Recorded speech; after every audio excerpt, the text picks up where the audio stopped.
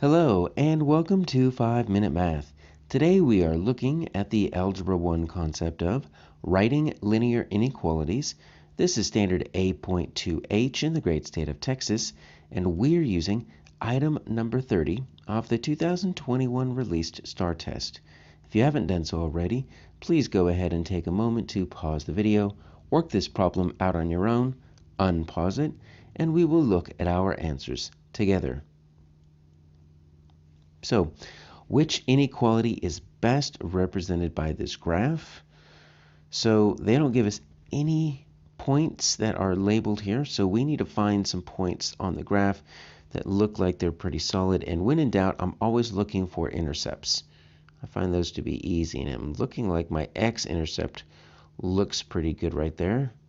I'm just going to label that as 4, 0. And then my y-intercept, which is going to be very helpful, is going to be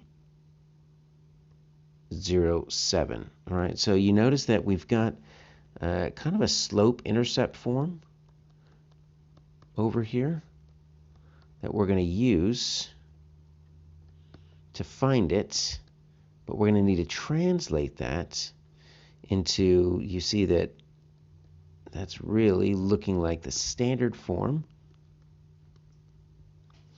except that instead of the equal sign, you've got inequality, right? So we're gonna first start with our slope-intercept form. Then we need to translate that into our standard form. And we'll just treat our inequality, we'll deal with that at the very end. Let's just pretend it's just a straight line, right? So first we need to find our slope, and to help with our slope-intercept form, we've already got the y-intercept, so that's very helpful. So remember, our slope is our change in y over the change in x, rise over run. So let's label these. I'm going to make that x1, y1, x2, and y2. All right, so that's going to be 0 minus 7. And then it's going to be 4 minus 0. All right, so it looks like it's pretty simple. Negative 7 fourths. All right, so we go down 7. And we go over 4. Works for me. So that's going to be our m. Now, how would that look in slope-intercept form, right? So we would say y equals, and then our m is going to be negative 7 fourths, x plus b. Now, we could do the point slope form to find that y-intercept, but we've already found it. That's why whenever you're looking at a graph or a line, and if there's a clear y-intercept, grab it, because that saves you a step. It's just a positive 7. All right, so that's how we would write this in slope-intercept form. Right now I'm just looking at the line. I'm not looking at the fact that it's an inequality. I need to translate it into the standard form. Then we'll deal with the shaded part, right? So remember, our standard form is the ax plus by equals c. So I need to get this over on that side. I'm going to add 7 fourths x to both sides. So I've got 7 fourths x plus y equals 7. And if you notice, we really don't like fractions as coefficients. So how do I get rid of that 4? Well, what I'm going to do is I'm going to just multiply both sides by 4.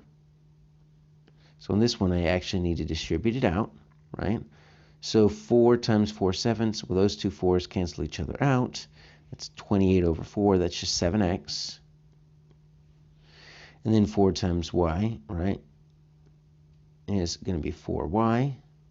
Now, I've been writing this equal, and it's really not an equal sign. It's an inequality. So I'm just going to leave that blank, and that's going to be 28. All right, so 7x plus 4y. Now, let's finally look at this inequality. It is a dotted line. So when it's dotted line, it's going to be less than or greater than. If it's solid, we're going to use the less than or equal to or greater than or equal to. Okay? So solid is going to be less than or equal to or greater than or equal to. Since it's dotted, we're going to use one of these. And the shaded portion is to the left, which means it's getting smaller, which means it's going to be less than, and our answer here is J.